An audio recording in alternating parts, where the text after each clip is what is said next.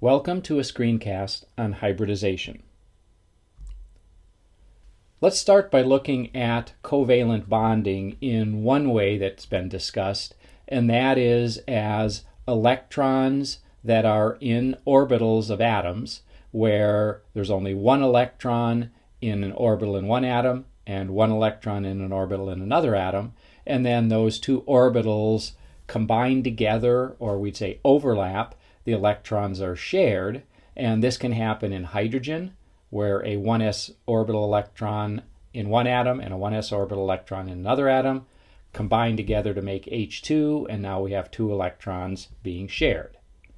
Or this can happen in something like fluorine, where we have one of the p orbitals in fluorine that only has one electron.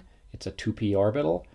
In a different fluorine atom, there's also one orbital, one 2p orbital that has only one electron, and if those two 2p orbitals, one from each fluorine atom, combine together and overlap, then we have two electrons shared, and that's the bond that holds the two fluorine atoms together. And this can also happen in something like HCl, where we have different types of orbitals, a 1s orbital for hydrogen, an unshared electron in a 3p orbital for chlorine, and those two orbitals overlap, and that makes the HCl bond. And this overlap of electron or orbitals in sharing of electrons leads to lower energy, more stable arrangements, and so we can think of covalent bonds as overlap of atomic orbitals.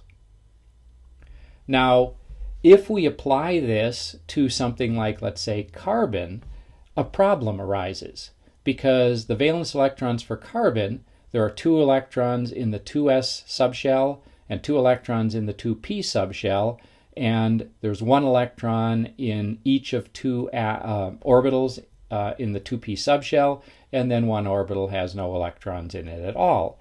And this would make you think that carbon should make two bonds, because here's an unshared electron ready to have another electron share and make a bond. Here's an unshared electron, and then that's it. So we'd expect carbon to make, let's say, two bonds with hydrogen, a bond with this orbital's electron overlapping with hydrogen 1s electron, and then similarly here with that electron, and then that would be it. But we know carbon actually makes four bonds, and the simplest carbon-hydrogen molecule is CH4, not CH2. So how do we explain this? And how we explain this is by invoking a concept that's called hybridization, where we say, well, there's an s and several p orbitals in a carbon atom, and the s and p subshells are not that different in energy.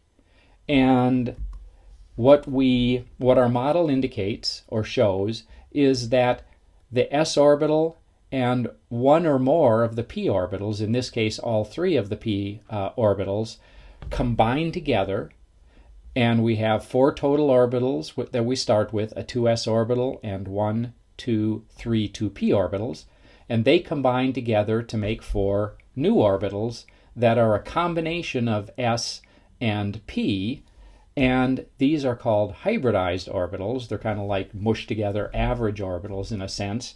And on carbon in methane, CH4, we have four sp3 hybrid orbitals, 1, 2, 3, 4, and they're of equal energy, and the 1, 2, 3, 4 valence electrons in carbon are one in each of these sp3 hybrid orbitals. And what sp3 hybrid orbitals look like is sort of an average of a dumbbell shape from the p and the spherical shape from the s, and so they end up looking like asymmetric dumbbells with one big lobe, so high electron density here, and we get 1, 2, 3, 4 of them. They look identical in shape, but they're different in orientation, and if we put them all together, the orientation is tetrahedral. They point, these four different orbitals, these four sp3 orbitals, point to the corners of a tetrahedron. And then bonding occurs by overlap of these hybrid orbitals, sp3 hybrid orbitals in this case, with 1s orbitals in hydrogen if we're talking about CH4 methane. So here are the 4 carbon orbitals called sp3 hybrids. Each has 1 electron. We have 4 hydrogen atoms, each with 1 electron, and each of these hydrogen atoms shares or overlaps with one of the sp3 hybrids. And so methane looks something like this from a hybridization perspective, which explains the bonding that actually occurs between carbon and hydrogen much better than without this model or theory. And so hydrogen is very important to describe bonding accurately. Now, hybridization can occur between s orbital, p orbitals, and even d orbitals. We just saw an example of an s orbital and 3 different p orbitals hybridize. This is an example of an s orbital and 2 p orbitals combining and hybridizing. And what's always true is the number of orbitals that combine is the number of orbitals you get. So 1, 2, 3 combined orbitals, that gives 1, 2, 3 hybridized orbitals. And in this case, since we have an s and 1, 2 p orbitals, then we get 1, 2, 3 what are called sp2 hybrid orbitals. And one of the p orbitals did not get involved in the hybridization, and the sp2 hybrids look like this. It's a trigonal planar arrangement. And then this third p orbital, which didn't get involved in the hybridizing, would be here along the z-axis. And sometimes it's not shown for clarity because these pictures can get kind of cluttery. Okay, so to sort of summarize this and point out the key thing you need to be able to do at this point is we have our different shapes around given central atom that's based upon the number of electron groups around a central atom. And that number of electron groups relates exactly to the type of hybridization. For example, if we have 2 electron groups, then that corresponds to 2 orbitals hybridizing, and the first orbital will always be s, and the second orbital will always be p. So we have an s and a p, 2 total orbitals, hybridize to give what are called sp hybrids. If we have 3 electron groups, then that's 3 orbitals combining to hybridize. First is s, second is p, the third one is also in the p subshell. So we have an s, a p, and a p, which gives us sp2 is how we would term it. 4 electron groups is going to give us 4 hybridized orbitals. They will be a combination of s and 1, 2, 3 different p orbitals. So these are sp3 hybrids.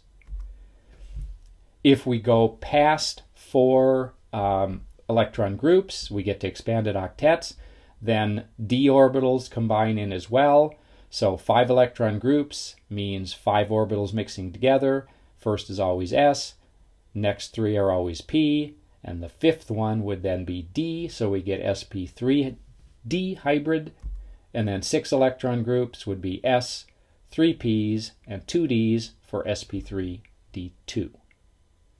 So one thing you should be able to do then, or the main thing you should be able to do at this point, is given an atom in a chemical Lewis dot type structure, be able to state the hybridization at an indicated atom. So let's start with maybe that carbon right there. What's the hybridization? And what you would do is you would look at the number of electron groups around that carbon, and you'd say there's 1 electron group, there's a 2nd electron group, there's a 3rd electron group, there's a 4th electron group. 4 electron groups means you have 4 orbitals mixing together and hybridizing, and 4 electron groups will be an s and 3 different p orbitals. So that's sp3 hybridization, and so we have sp3 hybridization around a carbon, and notice that will correspond to a tetrahedral shape in this case. What about hybridization at that carbon? And what we would do would be the same basic idea as before. Look at the number of electron groups. There's 1, there's 2, there's 3, and 3 electron groups corresponds to 3 orbitals hybridizing. That'll be an s and 2p orbitals that hybridize, so it's sp2 hybridization at this carbon. And in this case, the geometry is trigonal planar. And maybe let's do one more. What's the hybridization at that oxygen? And in this case, we look at the oxygen and we say there's 1, there's 2, there's 3, there's 4 electron groups. And those 4 electron groups, even though a couple of them are lone pairs, all count. And 4 electron groups corresponds to sp3 hybridization, once again. But notice in this case, since 2 of the electron groups are lone pairs, then the shape here is not trigonal, is not tetrahedral, but the shape is bent. Now it turns out that orbitals can overlap and make bonds in 2 different ways. One of them is if we have an orbital, like an sp3 hybrid orbital, overlapping with another orbital, for example, another sp3 hybrid orbital, in a sort of head-on manner that looks like this, where the 2 orbitals interact with each other straight on, head-on. That's called a sigma bond. But we can also have orbitals overlap, like this p orbital with this p orbital. Those can overlap in sort of a sideways manner, where the top of the orbitals overlap and the bottom of the orbitals overlap. And a sideways orbital overlap like this is called a pi bond. And just as a note, if there's a single bond, it will always be a sigma bond. If there's a double bond, one of the bonds will be sigma, and the second bond, so to speak, is pi. And then if there's a third bond, the third bond would also be a pi bond. And let's look at an example.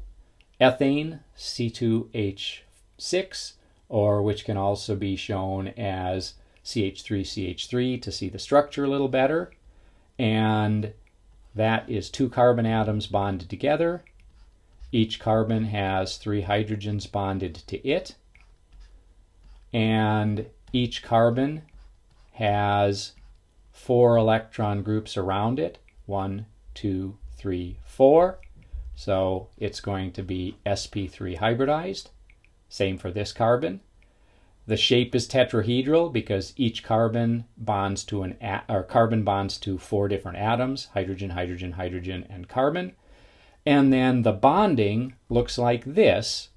We have an sp3 hybrid carbon, another sp3 hybrid carbon, 6 hydrogen atoms that are 1s orbitals, and all of the bonding is going to be head-on. This orbital will overlap, this hydrogen will overlap with an sp3 hybrid orbital on this carbon. Same type of overlap here, same type of overlap here. And then this sp3 hybrid on one of the carbons overlaps with an sp3 hybrid orbital on the other carbon. And this bond here is head-to-head orbital overlap. It's a sigma bond. This bond is head-to-head overlap, a sigma bond, as is this one, as is that one, etc. So all bonds here are sigma bonds. Now what about ethene, C2H4, or CH2CH2?